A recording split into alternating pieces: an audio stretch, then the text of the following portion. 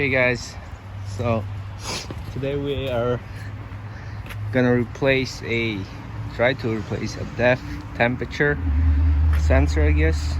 So there's like this whole thing inside. It comes as a kit, so I have to replace everything, lower the tank, and it's up there on the top, and I have to pull it up, so it's a big job. Have to drain the antifreeze, what I'm doing now. I got it going, so I got a drain hose. That's specially for that hose. You just pop it in there, and it's very convenient. It's draining right now. I'm gonna put new antifreeze, so I don't care about that, if it's dirty or not. Yeah, I opened this cap so it drains better, I guess. And let's get to work. Yeah, I made these homemade ramps to lift up the truck a little bit.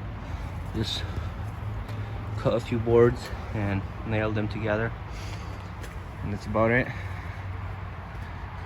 Okay, let's do some work now. Okay guys, so I got it done. This is the old one already. Filter looks a little dirty, I don't know. That one, the new one is white, but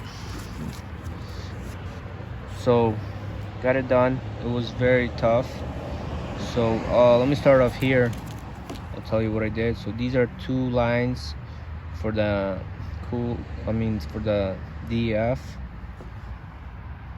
1, 2, and you got to be careful with when you take them off. You want to make sure there's like a ring going around it, and you want to make sure you push it together and pull out. Do not spread it and pull out, because you're gonna break you could break it, the fitting. So you have to make sure you squeeze it in and pull out. It comes out very easy, because I had some trouble in the beginning, but then I figured it out. And these two are for the antifreeze. These ones are easier. There's two little buttons on the sides. You kind of push them in, out, push them in and pull it out. And these are these look like some air lines, but they are electrical lines. And this attaches to the side of the tank. You're gonna have to take it off as well.